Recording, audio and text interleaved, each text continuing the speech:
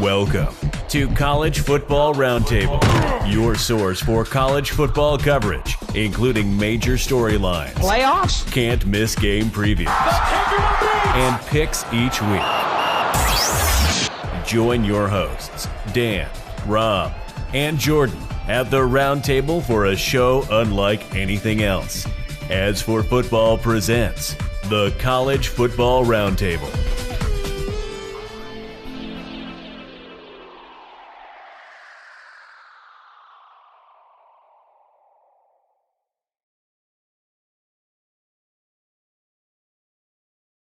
Four has come to a close, and we are a third of the way through the college football season, if you can believe it. And wow, what a weekend it was. It was a wild one. The Buffaloes lost big to Oregon. Ohio State starts the Cinderella phase of their season against Notre Dame. And Clemson woke up for four quarters, and then they Clemsoned in overtime. And, man, that was horrible. I don't know, man. We'll talk about this a little bit deeper, but holy smokes, like this was a wild weekend. There's a lot of ranked on ranked matchups. We'll get to those a little bit later, but welcome back, Trash Talkers, to the College Football Roundtable, or if you prefer, we call it Ring Knocker Radio, 2 O's and an NCO. I'm your host, Rob the Angry Colonel, calling out of Fayetteville, North Carolina. We got Dano Ikebesa out of Coastal Connecticut. Trigger Joe is coming to you live from the home of the Big House. Guys, what games did you end up watching? Joe, how about you? Stayed on Michigan and Rutgers for a while at noon, even though there were some great 12 o'clock games. Was happy to see that, but it was definitely a separation week for the, pretenders and contenders. Colorado fell back to earth. And we may have the beginning of a coaching rivalry between the two coaches there after Dan Lanning had some pretty slick comments. Penn State took Iowa to the woodshed like a debt collector from the Genovese family. And Army gave Syracuse a really good scare in the first half, taking a lead into halftime. And, good for them because that's a undefeated team they did that against. And then FSU barely escapes in Death Valley after Dabo calls a wide receiver screen on 3rd and inches after your running back just had a 9-yard run. It was like watching Marshawn Lynch waiting for the ball in the Super Bowl. I could not believe they threw a pass there. You couldn't have paid me to pass. Yeah, that was weird too, because one of the things, and speaking of that game, Will Shipley scored his first rushing touchdown in this game. Like, you're 4 games into the season. That dude is a weapon, and he's not touching the ball enough. Like, maybe that's part of the problem, He looked possessed in the fourth quarter. He was fresh. He had the juice. He was breaking tackles. Dude, you give that guy the ball, and you don't stop until he calls for a breather.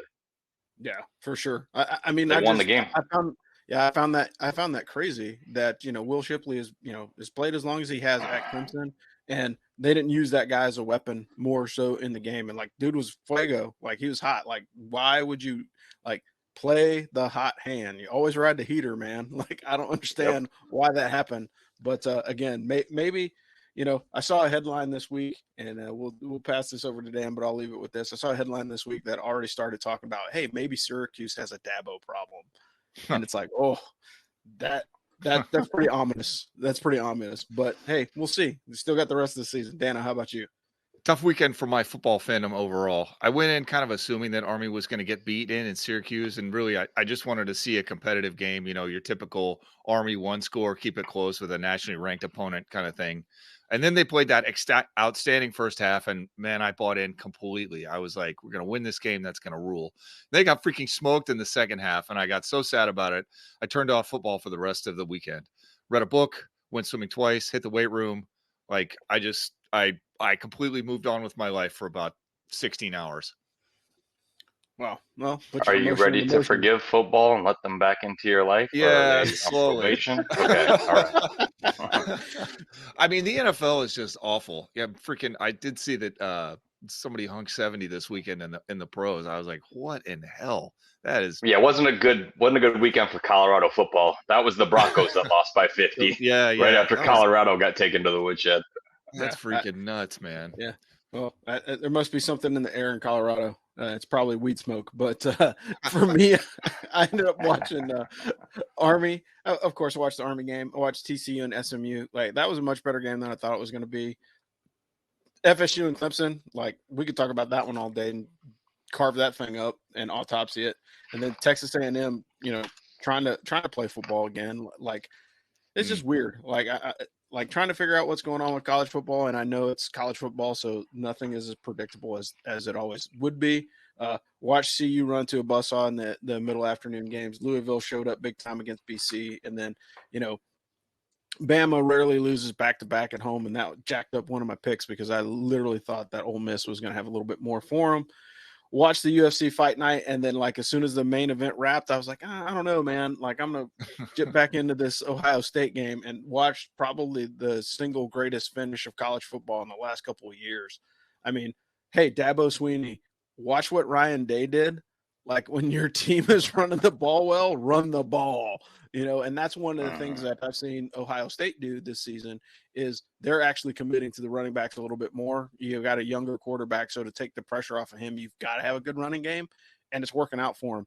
I believe that Notre Dame messed up a substitution and only had 10 people on the field at the time, so that the slot that they ran in, like, they caught them. It was just perfect timing, perfect play, and they won the game.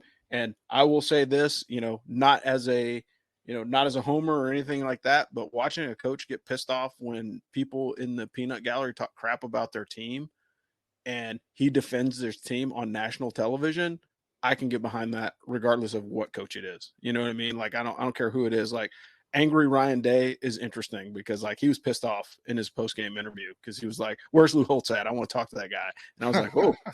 It's like, okay, well, he's a little bit old and can't defend himself, so take it out on somebody else. But it was pretty good to watch him, show some emotion for once as a coach, because normally he's pretty reserved, and so for him to kind of lose it a little bit was interesting to see, because that shows the passion that I think that was so rare that you don't get to see from him very often. So to see him be passionate about the big win away down at Notre Dame was huge. But moving on, we have a sponsor here at As for Football. It's BuyerBarn.com. Buyer Barn was founded by Dan Robinson. He's a graduate of the class of 97. Dan ran a traditional farm co-op and auction and realized that there has to be a better way and modernize it, bring it to the 21st century. Dan and his co-founder, Dinu, took their experience in IT management and development and created the first farm-to-farm online auction and sales platform. Buyer Barn provides reduced health issues due to cutting down on animal and owner contact, reduce animal fraud through a buyer and seller rating system, fully integrated auction platform with secure payments, convenience to buy or sell at your own time, and better market pricing because of the wider audience. Buyer Barn is dedicated to helping the small farmers in America and is providing a special discount to military veterans who want to assist them in the small family farm revolution. Go to buyerbarn.com or email them at buyerbarn.com for info.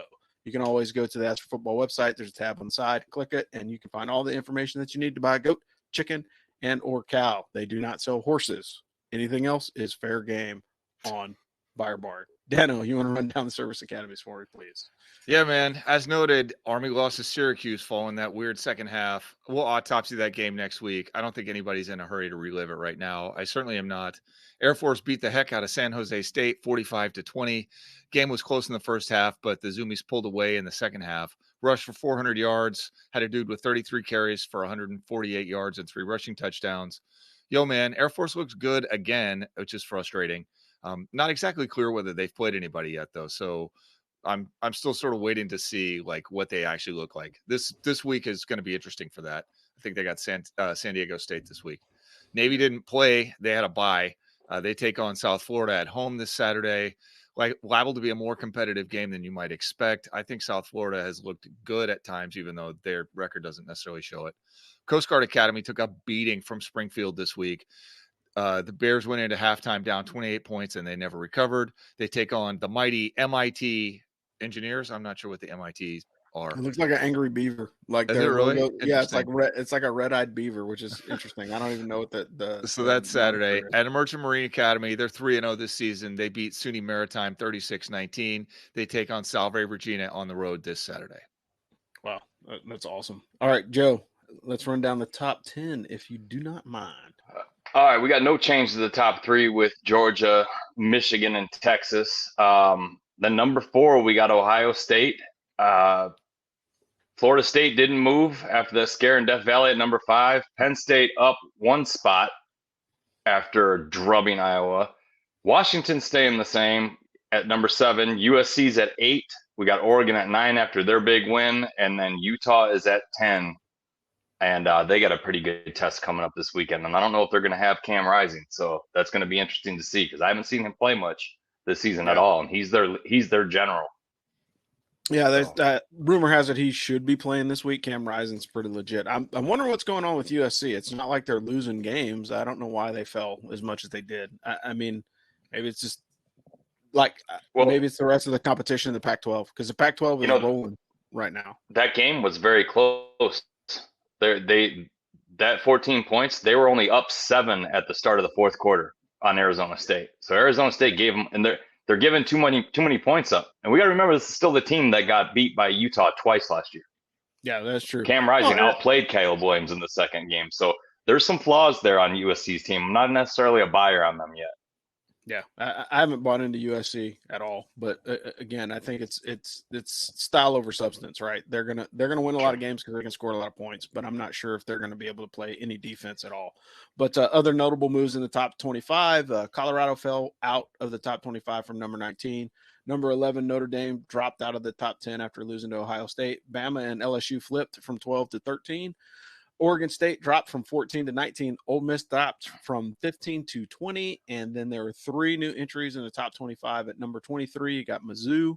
Number 24 is Kansas. And number 25 is Fresno State. So they were previously unranked. And then the ranked on ranked fratricide continues. So you had 15 total upsets so far in the 20. I won't even call them upsets. So 15 head-to-head losses in the 2023 season. And UCLA lost to Utah 14-7.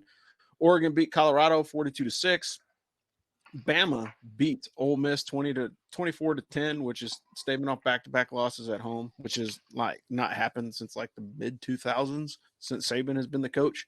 Washington State beat Oregon State 38-35. That's pretty typical for those games with those Pac-12 competition competitors. Penn State whooped up Iowa 31-0. I mean, that's gonna knock you out of the top 25 for sure, particularly if you get a big old goose egg at the end. And then the Ohio State edging Notre Dame 17-14. I mean, like I said, that was probably the most exciting close of the game, but really all you have to do is watch the last 5 minutes on the highlights, and then you'll see basically the best part of the game, I think.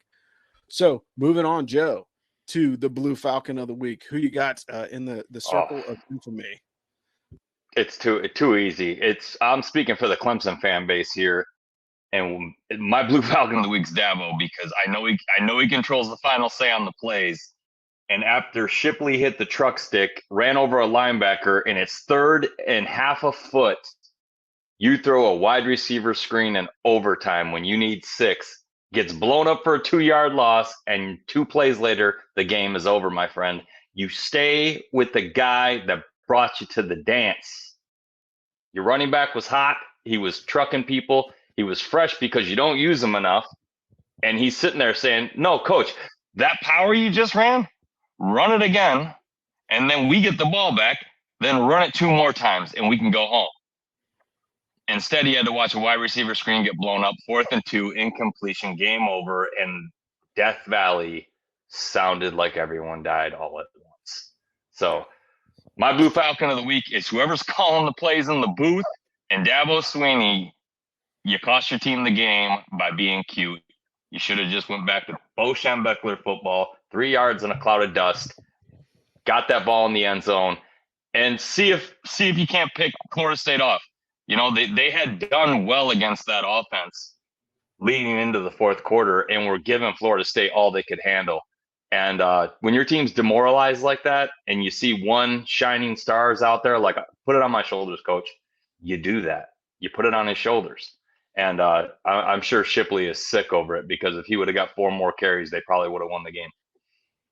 Yeah, that's a really, man, that was a bad way to lose a game. You know, I mean, I understand like stuff happens, but dude, like, what were you doing? Like, I'm still shaking my head. And Will Shipley's numbers are super low this season just because of the fact. I mean, maybe that's why DJ left. You know, maybe that's why, like, the backfield from last year at Clemson is now playing at other schools. They moved because maybe they weren't getting the opportunities that they thought that they needed. And I get it. I mean, like, you're a college football player. You don't know all the ins and outs and everything and every decision that coach is going to make. But like, if I'm Will Shipley, like, hey man, that transfer portal looks kind of hot if I use that 5th year eligibility and bounce somewhere else, because I know if I go to any other school that has a running game, they're going to run me until I can't run anymore. And I don't know. But like I said, I saw that headline that says, maybe Clemson has a Dabo problem, which is pretty scary. But moving on to the topic this week, and it's something that I keep thinking about because I did a little deep dive after some of the comments from the Oregon coach that got me fired up. But moving past that, one of the things that's we have to look at in the age of the college football playoff, do conference championships actually matter? So we've seen one-loss conference championships or conference champions or non-conference champions make it into the playoffs. So you had Ohio State made it in, lost to Clemson in 2016. 2017, you had Bama win in overtime after losing to Georgia in the SEC championship. You had Notre Dame was a non-conference independent, lost to Clemson. You had Notre Dame again with the disappearance of Monteo's girlfriend and losing the ACC championship. They lost their quarterfinal playoff game. In 2021, again, flip-flop reverse roles with Georgia and Bama, and then Georgia lost and then came back and beat Bama in the final. And you had TCU and OSU last year, which were both non-conference champions that both made it into the playoff bracket.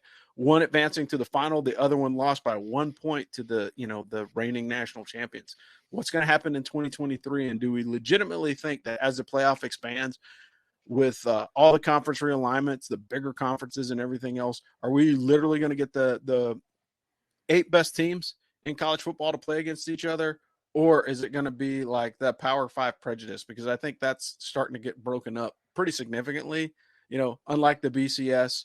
And I think now the playoff committee is going to have to seriously reanalyze how they do things, because given 8 seats and, the Big 12 now has, 37 teams in it. The Big 10 has 38 teams. How do you balance that now? Because do we want the teams with the best records, or do you legitimately want just conference championships and then pull writ large? Because, from a fan standpoint, UCF will always claim that they're the 2017 champions because they never made it into the playoff, but that's cute. What? Yeah. But I mean, at some point you have to do some, you got to do some fan service. And does that come in the case of like, look, we've got, Power 5, group of 5. So we know that there's going to be at least 2 conferences that are left out, as well as the, as well as the independents. But even the independents are starting to wise up, because there's talk of Army moving to the American. BYU is now in the Big 12. I mean, I think the only one that kind of has enough television rights to stay independent would be Notre Dame. But I'm interested to catch your thoughts, Dano. How about you? So I want to believe that conference championships matter. And this year in 2023, I think that they definitely will. But what's going to happen when the playoff expands is kind of an interesting question. I think you're already seeing that as conference realignments happen, that teams are a little bit more interested in scheduling cupcakes now than they were, and that those conference championship games and just the conference play in general is going to matter more. Whereas with 2 or 4 teams making it in, those not strong non-conference games were really important for strength of schedule. I don't know how much strength of schedule is going to matter with 8 teams, but now this year, all those teams that you talked about getting in without winning their conference were like major powerhouse heavyweights that tripped up once by like 1 point and blew everybody else out by like 40 points. It's definitely the case with both Bama and Georgia the years that they won. I do not think that we're seeing that set up this year. Maybe Oregon or Michigan or somebody like that. Penn State has a chance at that this year. We got to sort of see how it plays out, but I don't think that that's what will happen. So this particular year, I think conference championships are going to matter, but going forward, that's a little crazy. I definitely think that as strange as it sounds, the group of 5 might actually be in a worse spot going forward than they are now, because there's going to be 8 teams, but it's going to be, however many power conference champions plus however many power conference also rans. And do we have to take one of these guys? Yeah. And that's still going to be just one. Yeah. Joe, how about you? Yeah, I'm going to expand just a little bit on what I originally had scripted. I think that when they expand the playoffs to make the conference championships make sense, you have to get the right number of teams so that the conference champions of the Power Five get a bye. You're going to have to, otherwise it's going to be irrelevant. And when it was just the BCS and everyone wanted a playoff, I had the playoff figured out perfectly. You let 6 teams in, 1 and 2 get a bye, and that's their reward, and then you go from there. And it all comes out in the wash. But I would say it's schedule and record dependent based on that question. Sometimes if the team absolutely has to have a win to eliminate an opponent, or it's give and take, then yeah, it's obvious that the conference championship's a huge deal and it means a whole lot. But like last year, the Big Ten championship, it really, all it meant was Michigan could possibly be eliminated and leapfrogged by Ohio State. And there could have been an argument for it. Now, Michigan probably still gets in with a loss, but going to that championship game only really hurt their chances because they already beat the best team in the Big Ten. And everybody knows the Big Ten championship is played in November in Columbus or Ann Arbor. And that's the way it's going to be for a while until Penn State catches up. They're a step behind, but they're almost there. But the beautiful thing about letting extra teams in is what Ohio State did last year. Oh, you guys just got beat by Michigan by 20 points? Good luck. So let's see what you do against Georgia. I was saying it before the game. I wouldn't want to play Ohio State right now. And they went out and gave Georgia all they could handle and were a field goal, a fumble, a turnover, a sack. They were one play away from swinging that their way and winning the game. So I say expansion is good because you may not get the best 8 teams in America, but you will find out who the best 2 are when it's all said and done. And you won't get that wrong. And I don't believe you're going to leave a team out that could run that table. Yeah, and I think that's really ultimately, like, from the fans' perspective, that's what we want to see. I don't think anybody wants to see a much longer season. I don't think we can get people to focus in on like, hey, let's make the season shorter. I don't think you're going to get 10 games, so you're going to, 2 out of conference games and 8 conference games. That would be, that would be the ideal scenario. Then you can actually extend the playoff to make it make sense, but I don't think anybody in major college football and all the broadcast rights associated with such, I don't think anybody's going to be willing to cut TV time to increase, the number of opportunities to make the playoff last in the same amount of time, right? For God's sakes, this season we've had 4 weeks in a row now of college football on Thursday, competing with the NFL, which is insane. But is it, because when you look at like I said, I have 5 screens running this Saturday, and like I'm scratching my head as to why I don't have 5 games playing at the same time, but I have 1 game that's on, 2 games that's on, and 3 commercials. And so I know that the ad revenue is there. You know what I mean? Yeah. The ad revenue is there for sure. So it's not a matter of whether or not the advertisers show up. It's a matter of like, man, like how many commercials are there going to be? It's like, oh, we just did a kickoff. We're going to commercial, and they cut down the new timing rule, which I don't think it bothers too many people, but it does cut out 5-6 plays every game over the course of the season. That's essentially 1 less game, which is good in terms of wear and tear on the players, but it definitely makes the commercials a little bit more noticeable now. Yeah. Well, the runtime of the games is still the same. Like that's the thing. The runtime has not changed. And that's the live experience is definitely some of the shines more off it. Now, I was a very lucky kid growing up that my mom worked at the U of M, and I've gotten to see a ton of games there, and I don't want to sound spoiled, but those commercials almost ruin the live experience. You notice it when you're sitting in the stands big time. Yeah.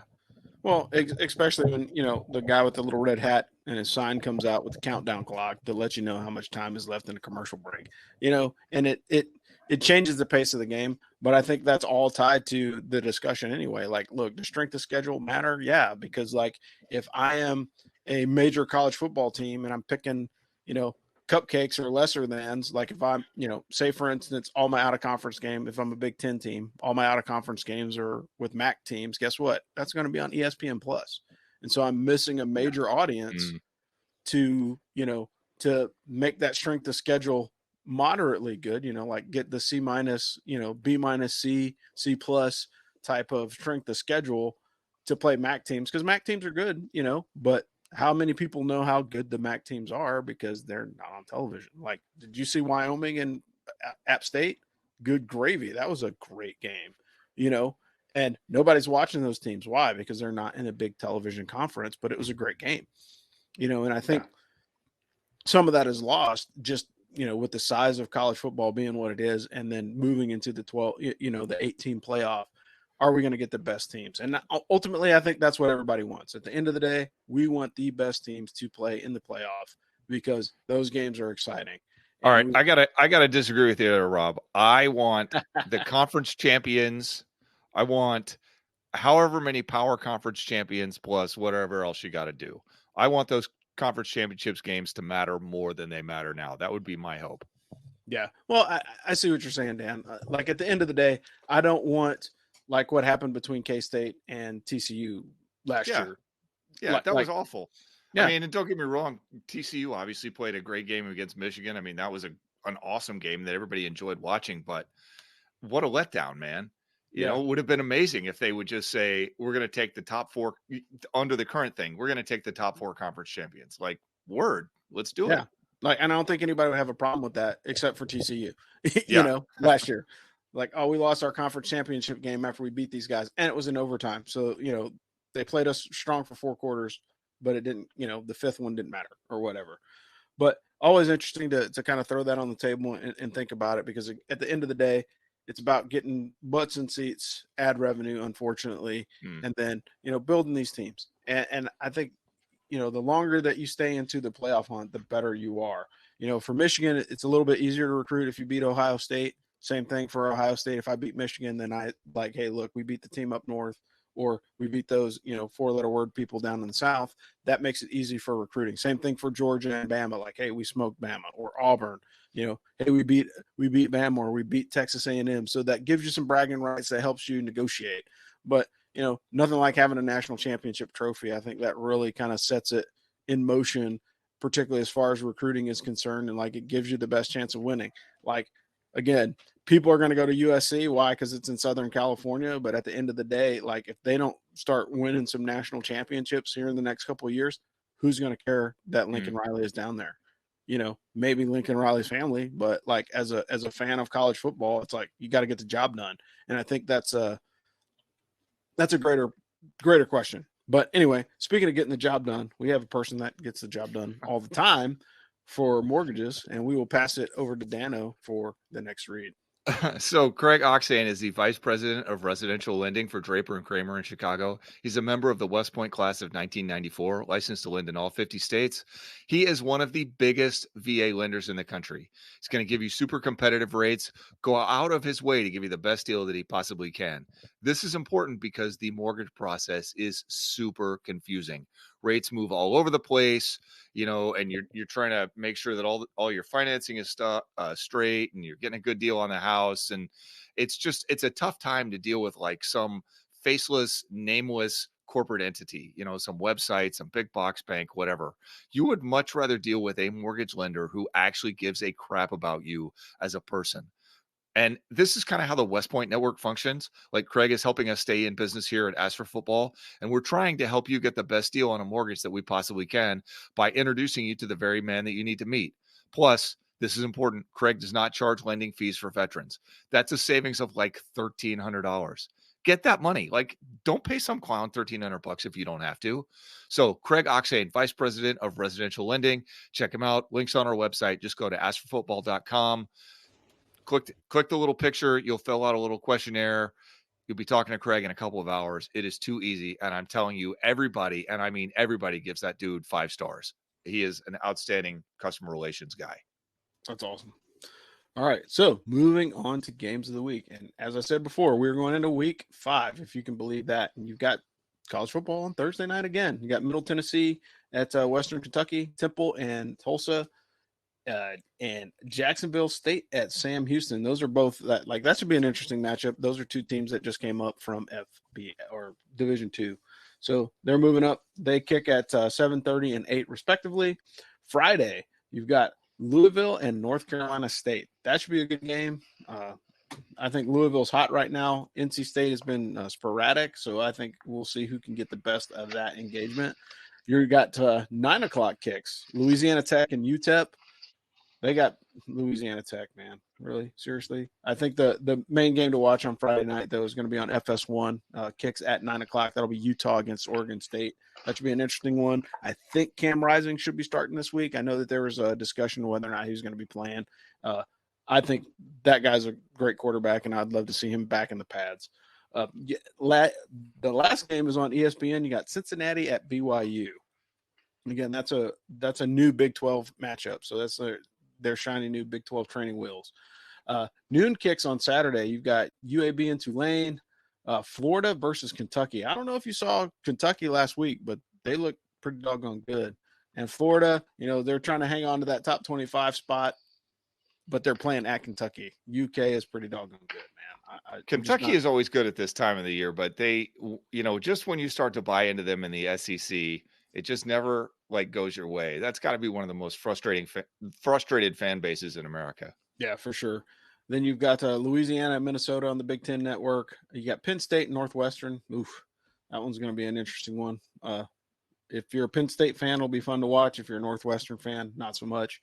You got A&M and Arkansas. They're kicking at noon. They're going to be in Arlington, Texas. You got Utah State and UConn.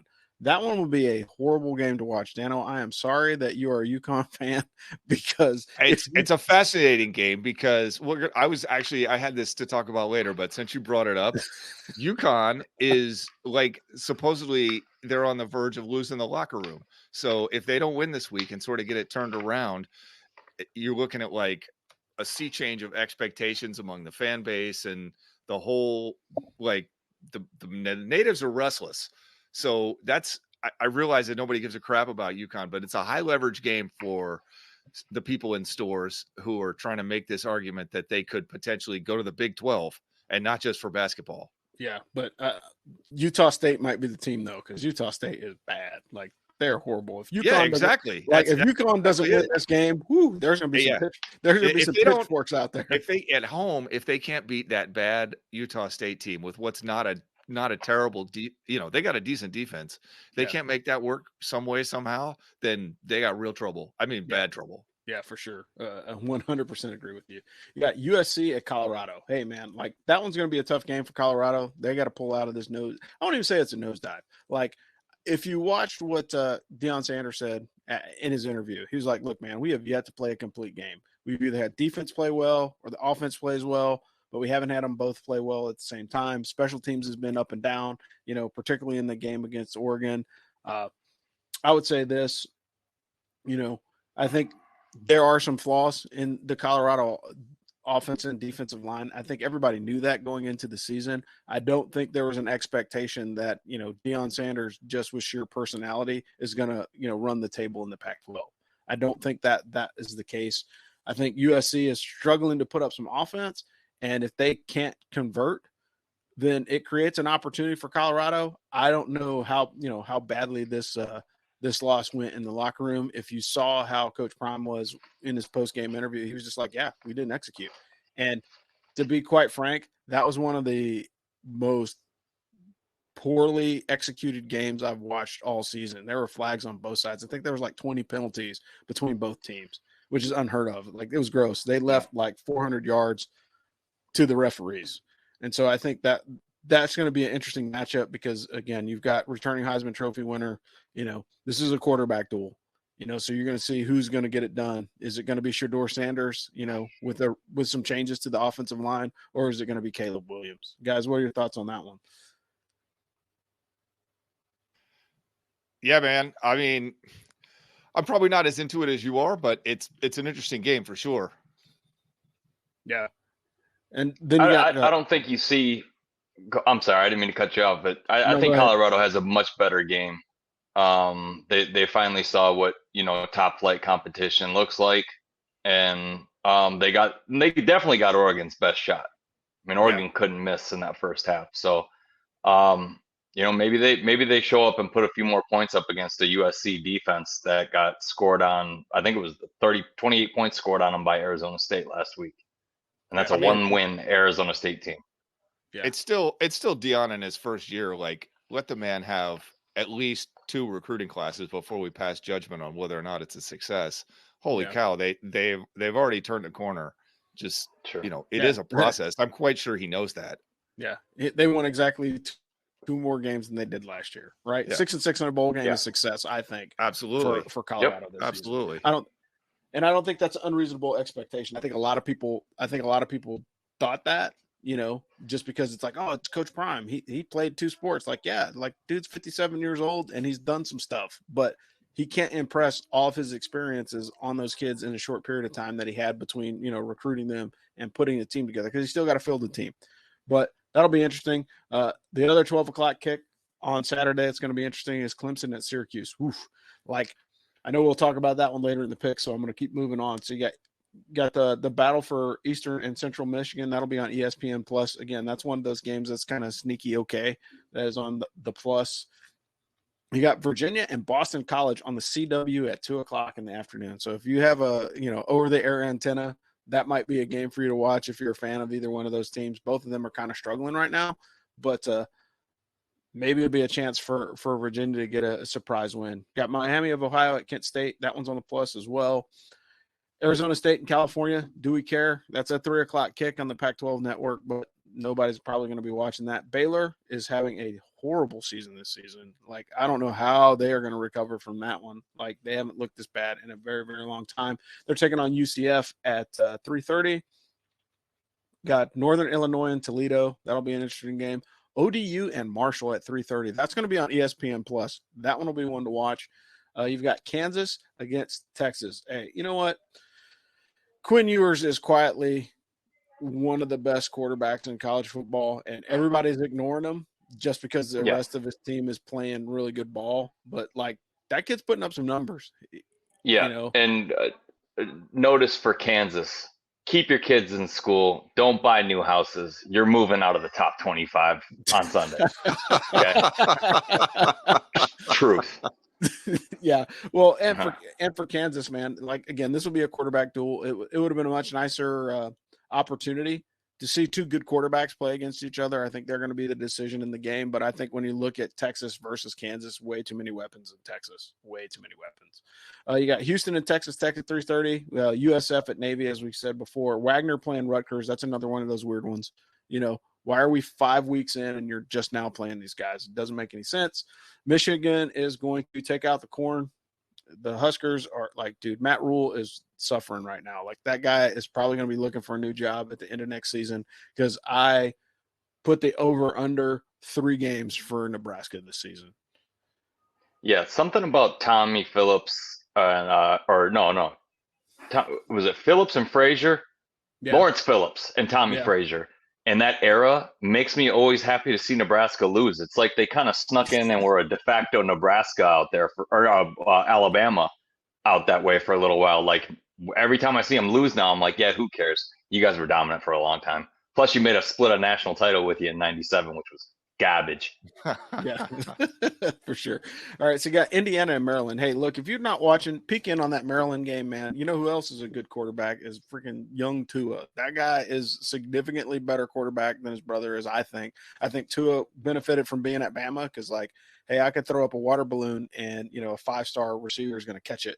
Whereas, Tua is the younger, has had to do a little bit more work because he's at Maryland, but he's stuck with the team and it's starting to show.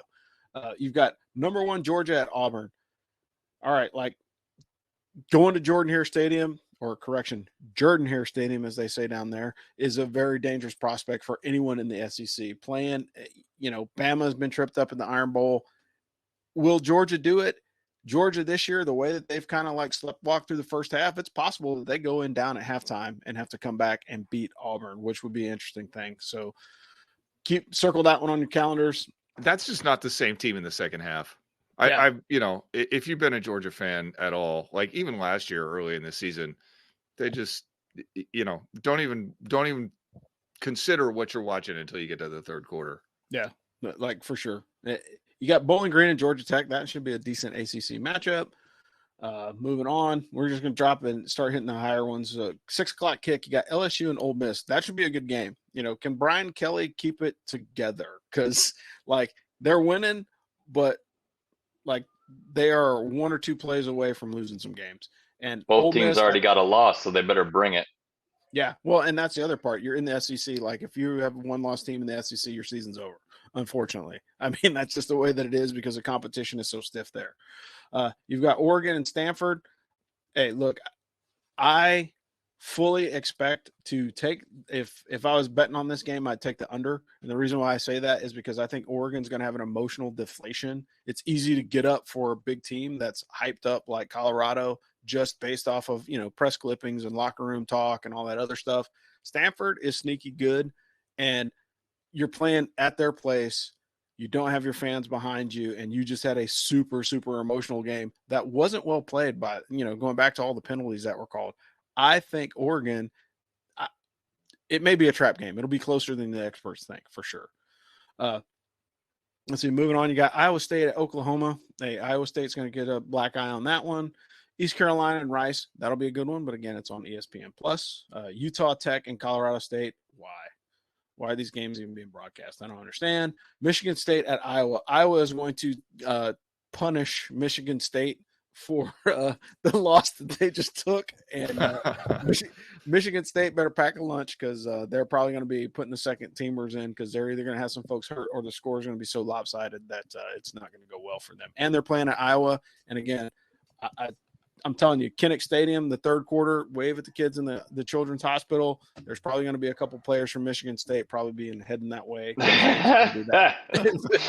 I'm a Cade McNamara fan all over again for 1 week. Yeah. Well, I mean, and he looked good this past week, but like they just couldn't execute, man. They were in quicksand for sure. They looked like they were a step and a half behind the whole game. This one should be interesting. South Carolina and Tennessee. Like we got Spencer Rattler starting to look like a quarterback. Joe Milton looked good this weekend too, so he was throwing some good balls. I think this is a good game to watch. Circle that one on your calendar. However, this game is the game of the week in my opinion. Notre Dame at Duke. So you've got I'm telling you, drinking the Kool-Aid, man. Nah, man, I've watched Duke play, and Duke looks good. They have a good, solid defense, and given the way that their quarterback plays, he's very, very mobile, and he's gonna move the pocket, and so he's gonna create something with his legs. Look for him to throw at least one and run one in. And Sam Hartman has got to shake off the cobwebs because like that was a super disappointing loss, and he was on the sideline, so he couldn't do anything, about it to change the destination of his team. Like you're literally like couldn't get it done when you were on the field. You had to watch the defense roll through. And then that last play of the game was just even more pathetic because they had, no time left on the clock and they're trying to do laterals and all this other stuff. And it was just like, wow. If I'm Duke, I'm not happy about them losing because you're catching that beating. When you get a good team that comes in after losing a really up, a high stakes game, if they'd have come in undefeated, the pressure's all on Notre Dame and Duke gets the chance to beat an undefeated team. Now Duke has to, they have to defend their undefeated season. Yeah. And I could see Notre Dame pulling that one off in a close one, but I don't think for any bit of the game is Duke going to be out of it. I think it's going to be a neck and neck game right down the wire. And I think Notre Dame probably pulls one off because I think they got the best quarterback. But those are two evenly matched teams for the first time in that matchup in a long time. Yeah. Like that's normally a game that you circle on the basketball calendar, but like I'm telling you, circle this one for college football because it's going to be a good one. So, so you got Charlotte and SMU 7:30. Pitt versus Virginia Tech. Virginia Tech's got lick some wounds because they got smacked around by Marshall of all teams, and Pitt is actually looking good, but again, they've been slipping a little bit as well. West Virginia at TCU. That should be a fairly good matchup. Hey, again, if you want to watch some good football, watch App State. Man, App State at ULM, that's going to be on the plus again. Like I think most of the Sun Belt is on the plus this year. You got Troy at Georgia State. You got a future Army opponent and team that's an interesting game. We'll talk about that one in a minute. Yeah, for sure. You got San Diego State at Air Force. They're kicking at 8:00. Again, they're getting closer to that left coast start time. Number 13, you got Bama versus Mississippi State. Whew. That should be interesting because Mississippi State has been up and down all season. Like every time I've watched them, there's moments where it's like, oh, they're going to clean house. And then it's like, oh, gosh, where's their coach coming from? Like, I don't understand this. Your late night Pac-12 after dark, like if you just want to, get a late night snack and watch a dead body get drug across a field. You got Washington playing Arizona at 10 o'clock. That one's going to be brutal. Michael Penix Jr., man, again, that's another one of those guys that's just slowly racking up numbers that nobody's really paying attention to. One, because he plays on the left coast, but the other part of it is like nobody pays attention to the Pac-12. Pac-12 is probably the most prolific college conference in football this year, which is a damn shame because they're about to dissolve this thing to the Pac-2. Rumor has it they may merge with the Mountain West and that becomes the new Pac-12. Oh, and they're probably going to, or the Santa Cruz Banana Slugs are going to move up to FBS. They could be they could call it the Mountain Pack. Yeah, the Mountain Pack, yeah. And then start advertising with some new gear at REI. I have no idea, but guys, what games are most interesting to you guys?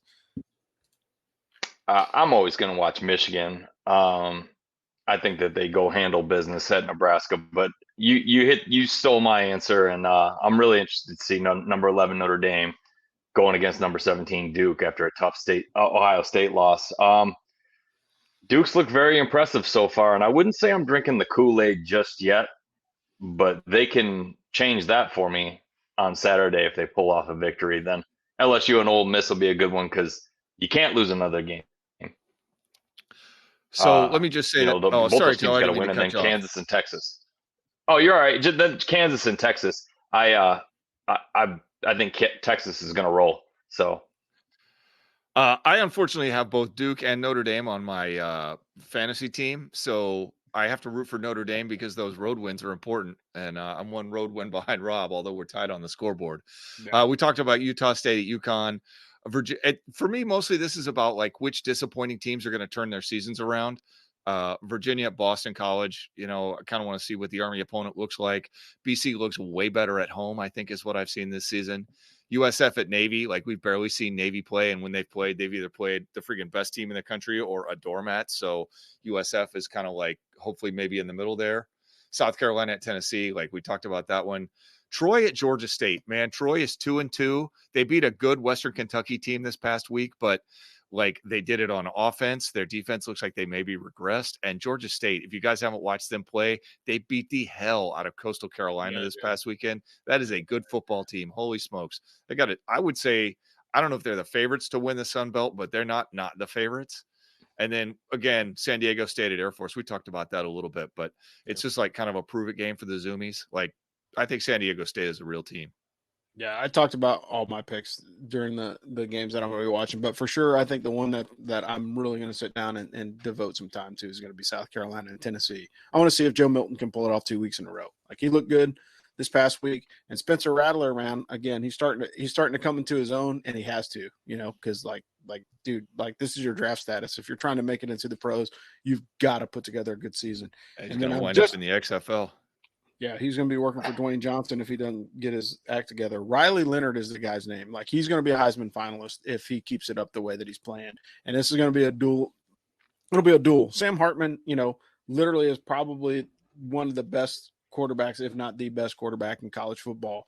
And when you look at it, there's only two players right now, two QB1s that have started 50-plus games in college, which is a scathing indictment on the recruiting and eligibility standards. But You've got freaking Riley Leonard is the upstart. You've got Sam Hartman has played 50 games. Bo Nix has played 50 games. And Frank Harris has like 97 games that he's started in college football. But literally we're getting to the point where, a lot of these guys are going to be leaving. So these 5th and 6th year, 7th year seniors, I think college football is going to change just in the fact that there's going to be people that are leaving that have been playing college football since they were 18 and they're 25 now. These are grown men playing a kid's game. And I'm okay with that. Like if there's medical stuff, but like, dude, like quit, hashtag get a job, Frank Harris. So we're going to move on to the games of the week or weekly locks. Weekly locks.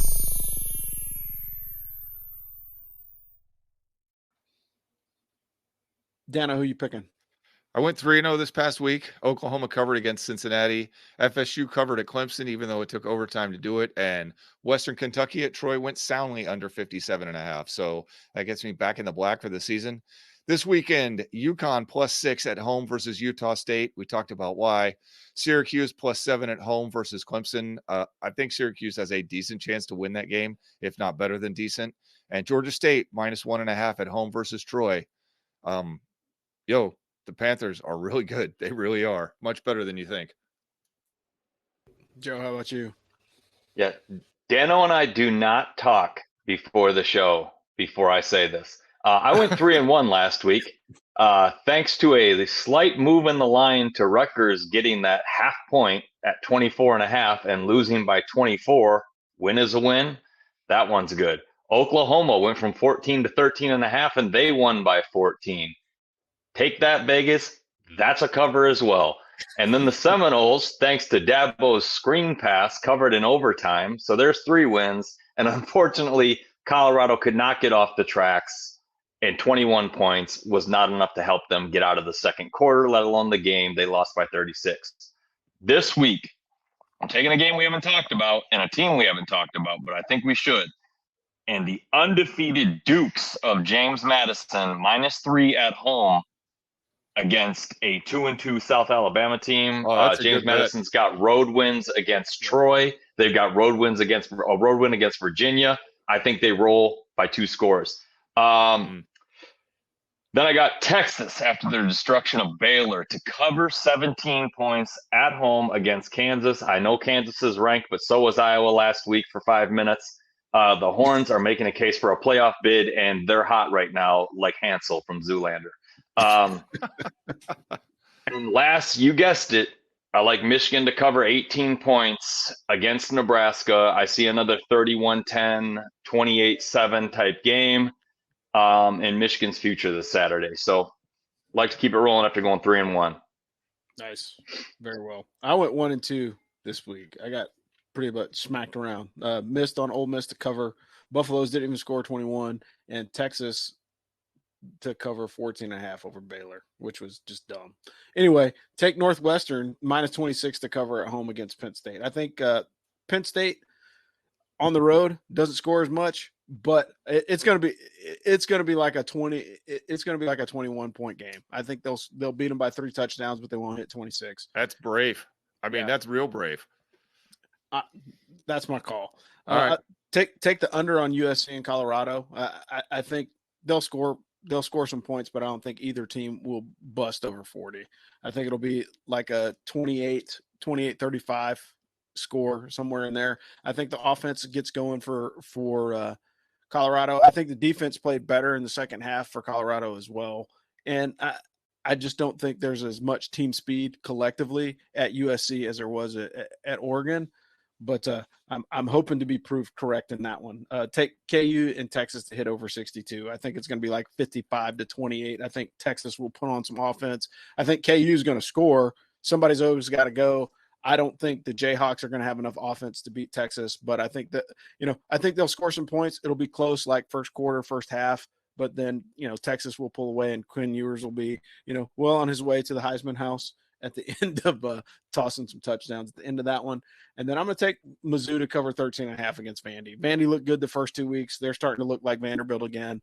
I think they'll lose by, 2 touchdowns or more, probably like 17 points to Mizzou. Mizzou's hot right now. Mizzou beat K-State, so. Yeah. I think, and K-State's a much better team, and they took them down to the wire. Sure. But I think Mizzou will outmuscle Vandy for sure.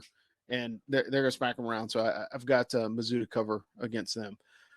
Moving on, we are getting to the very, very end of the show, but we're going to give our Bandwagons Fantasy Sports update. Matt is still on top, man. He jumped up, and he's got 2 more road wins than me and about 4 more points, which sucks. Dan and I are in second place at 50 points. I have the slight edge with the tiebreaker of the home wins, which basically separates everybody. David G has a solid lock on third with 48 points, and then everybody else is kind of sprinkled down. Everybody's doing well in this league, surprisingly. But again, if you're going to play Bandwagon Fantasy Sports, make sure you make your locks right before the Thursday kick, because the lines will continue to shift and you're going to get injury reports and scouting and all that other stuff and things that you will need to adjust your choices. Anyway, we're coming to the end of another college football roundtable. It was a wild week last week, and expect another one this week. I think don't have as many ranked matchups. Some of the other teams are taking buys. So, Ohio State's off this week. Army's off this week. You got a couple teams that are taking a knee and kind of reevaluating. And I think, it's going to be interesting going into the latter half of the season because this is where really you start to see the separation. The first 3 or 4 weeks is like everybody's kind of feeling it out. But at the end of the year, week 6 and beyond is where it's going to happen. And I will say this to wrap the show. And, I was pretty fired up about some of the comments that Coach Lanning made about Colorado this week. Not invested as much into Colorado, but I will say this. I have watched enough college football to know for a fact before the end of the season, Oregon will choke on a national stage and be 11-1, maybe 10-2, because they have some tough schemes on their schedule. They have to take Michael Penix and Washington, and by the way, they still have to play USC and Caleb Williams. Coach, don't want you to be the Blue Falcon of the week, but I think you have set yourself up for that because you talked so much crap that when that comes back around and you lose one, it's going to be interesting for that one to happen because it's Oregon, man. They choke. You upset the Colonel, Coach. So if you guys lay an egg this week, you better believe you're joining Mel and you're joining Dabo on the bench, the blue bench. The blue bench is there. Yeah, like I said, man, I'm all for coaches hyping up their team. Do what you got to do, but bringing the cameras into the locker room for you to talk smack about another guy, I don't think that's cool. And there's a way that you could articulate all the exact same points and not sound like a complete jackass. Hey, look, their team is rolling. They got 3 wins. They think they're pretty good. I think our team is better. Like, that's it. That's all you have to say. And then show it on the phone. A guy like Bo Nix, who's played that much football, he's looking at him going, hey, you just beat like maybe the 5th toughest team we have to play, not won the national title, right? Like, why are you so fired up? Because like if I'm a winner and my coach is acting like that, I'm thinking like, did he not expect us to do this? Like, why is he so excited? You guys didn't upset anybody. You did what you were supposed to do. And I agree with you. I think he should have won a little more graciously because Dion definitely lost graciously. And he keeps receipts. Yeah. Well, and the other part of it is like don't set your team up for embarrassment because then you're doing a Brian Kelly. Now you got to walk something back after you said something dumb in front of all these cameras, and literally all you have to say is like, hey, we practiced. We put we're going to put our best 11 guys on the field against their best 11 guys. If we win, we win. Cool. Confidence is cool. Cocky is ridiculous. Right. And that's the thing. It's like the new lieutenant, and those of you that are formerly served or have served or are still serving understand this. It's the new lieutenant that graduates from West Point and comes in is like, hey, I'm in charge because I graduated from West Point. And everybody in that platoon goes, okay, boss, like, look. You heard of the E-form mafia? We got to go to Iraq, right? Discriminate's real, sir. We'll hand you the keys once you prove your competence. And I think that's really what it is. It's like, hey, hats off to you, coach. You put together a great game. You had a great game plan, but you still have, 9 other games this season. And oh, by the way, when has Oregon ever won a national championship? I can't recall. And on the flip side of what I just said, great officers save lives. And I can speak to that from being a non-com. Great officers, I had one, brought back every last one of our platoon members. And I can't say that for all the platoons in my company. So great coaches build champions. And when coaches set their team up for failure like that, you're not putting yourself in danger, you're putting your team in danger. Yeah, for sure. Because again, it goes back to, I'm all for whistle to whistle, do what you can. And players talking trash to each other, that's going to happen, right? That's just part of the game. But coaches, man, you're supposed to be slightly above. You're supposed to be the adult in the room, right? Yeah. And the difference between what was said post-game press conference was huge. And if you haven't watched those post-game press conferences, like there's a way to win gracefully and there is a way to lose gracefully. And you saw both from Coach Sanders so far. And I get it. People don't like him. I don't know why, but it's the same thing. People don't like Nick Saban either, right? Talk trash about him, but guys got more championship rings than most coaches in college football. Like you can take the top 3 coaches in college football right now and put them against Saban's record, and they're still falling short. So anyway, much longer diatribe at the end of the show. I apologize for that, but thanks for sticking with us. Here are the College Football Roundtable for the team here. I'm Rob, the Angry Colonel, calling out of Fayetteville, North Carolina. We got Dano Ikebesa calling out of coastal Connecticut, and Trigger Joe is in the home of the Big House. And we will talk to you guys next week. Beat them. Beat them. Thanks for listening to the Ask for Football College Football Roundtable. Tune in next week as the AFF team brings you more hot takes and college football analysis. We'd like to thank our sponsor, BuyerBarn.com. BuyerBarn.com is the world's first platform to perform online auctions and sales for farm animals. BuyerBarn.com is dedicated to helping small farmers in America and are extending a special discount to military veterans who want to help in the revolution of the family farm. Go to BuyerBarn.com/military. That's BuyerBarn.com, BYREBARN.com to learn more and to get started, or email them at info@BuyerBarn.com. Thanks again for listening to Ask for Football College Football Roundtable, and as always, beat Navy.